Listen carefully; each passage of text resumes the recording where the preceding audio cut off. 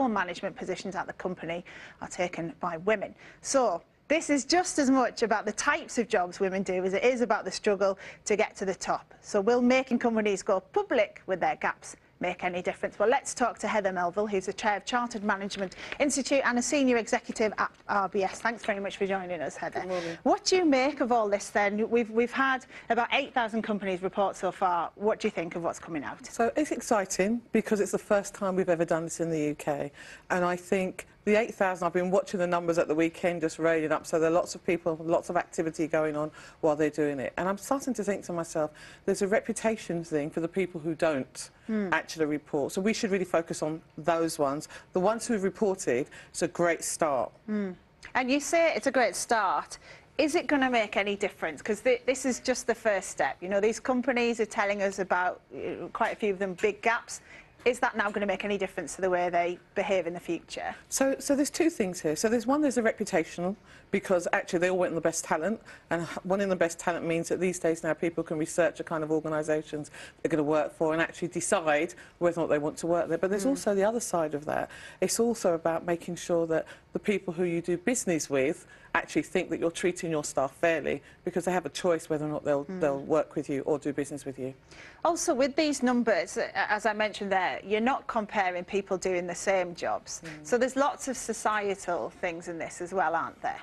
So if you think about the women are the ones that take the time out of work, the majority of women, typically to have a family. When they come back, typically they work part-time until maybe 5, 6 years later when they come back in the workplace.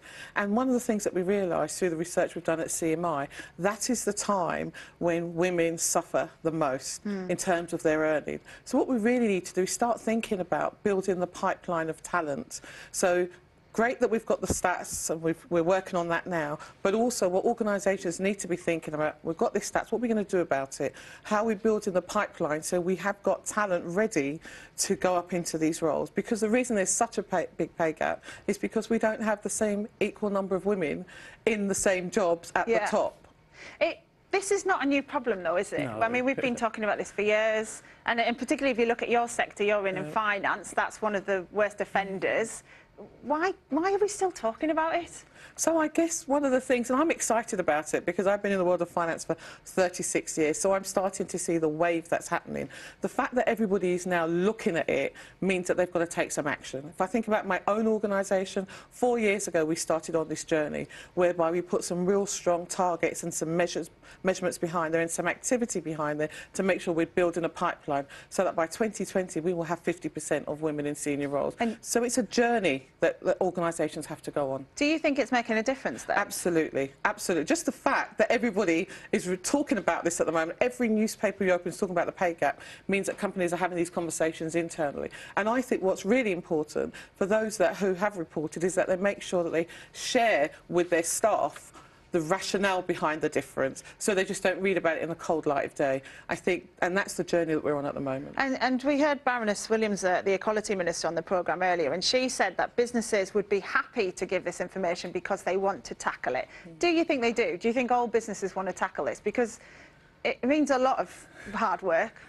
If I think about just the sector I'm in, the amount of hard work it's taken over the last couple of weeks, months, to really get this information together. But businesses want the best people. Right? You want the best people to be successful and you want to retain them when they come to you. So actually it's worth putting the work in now so that we're in a position where we can start to see the change at the top. When do you think we'll be talking about equal pay? Give us a year when you think it's going to happen. I couldn't possibly do that because we've only just started this journey and the hype of activity that's happening now. All I can say is the more women that we have who have been developed in a pipeline, when they start doing the same jobs as men and being paid the same as men, then we're in a position to say we've made progress. Yeah. Heather, thank you very much for your time this morning. I appreciate that. That's it for me for now. Interesting stuff. Thanks very much, Steph.